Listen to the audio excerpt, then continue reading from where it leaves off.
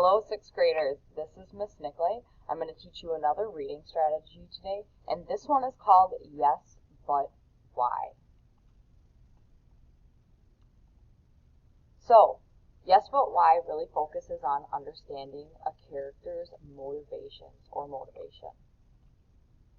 So think, why is it that the character does what he or she does?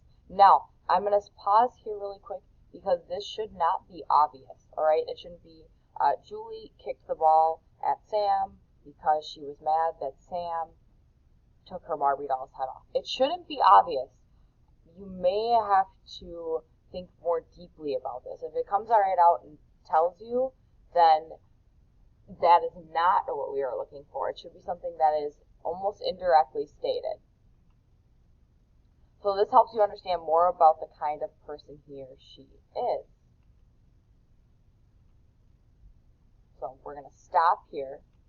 It says, when discussing or analyzing your character, do not just stop at what he or she thinks, does, or says. Okay, so you're going to dig a little bit deeper. You're going to go even deeper. Now, I'm going to go back to the example I just gave you, because it may seem like this kind of contradicts what I just said, but say Julie does kick the ball at Sam, right? She kicks the ball at Sam's head because he popped her Barbie doll's head off, right?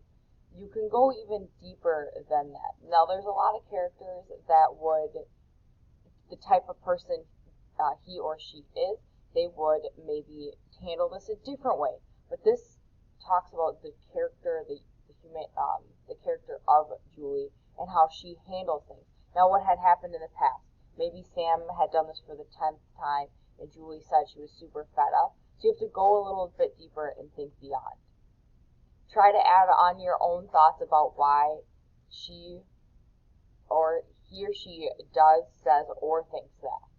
So this is where it comes back to your own personal experiences. So think like how maybe put yourself in the character's shoes. Why do you think they're doing that? Why would you handle it that way? So you're going deeper and you're connecting yourself to the character. If you're trying to understand something about a character, go back to your background knowledge and remember what you know as a human. What do you know as a person, how you handle situations, and try to talk through it that way.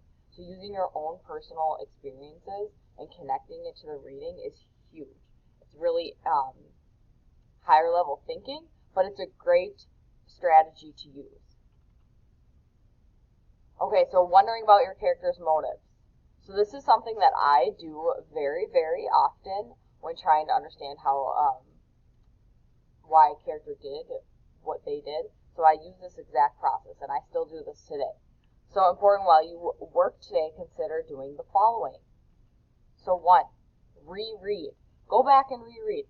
In the beginning, and I may have talked about this before, but in the beginning of a book like I'm reading right now is Nothing More Dangerous. The setting and plot are so important. So I go back and do a lot of rereading. I make sure I have the characters' names right. I make sure I understand the background story that the author set up for me. I reread the inside cover that gives you that plot and summary about what's going on. So I really make sure I understand, okay, this is what is happening here. I go back and I reread. So you're backing up. If something doesn't seem quite right, go back and reread. So think back up. Maybe an event on an earlier page will offer a clue to why this character had this motive or did this action. 2, infer. This is huge. I already talked about this, so think deeply, infer. Think over the character's actions.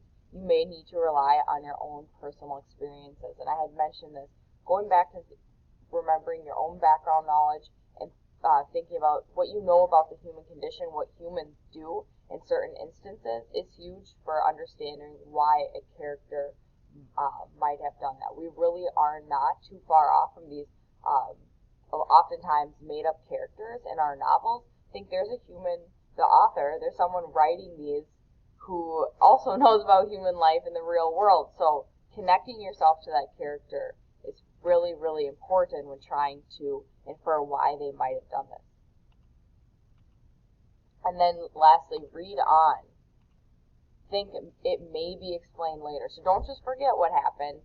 Keep that in the back of your mind and read on, because it may come up in the next page, in the next chapter, like, okay, this makes more sense now.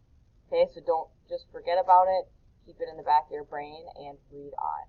So you're going to be thinking you're going to be using these strategies 1, 2, and 3 today while you are reading. So reread, infer, and read on. And you'll be doing this later today. Thank you.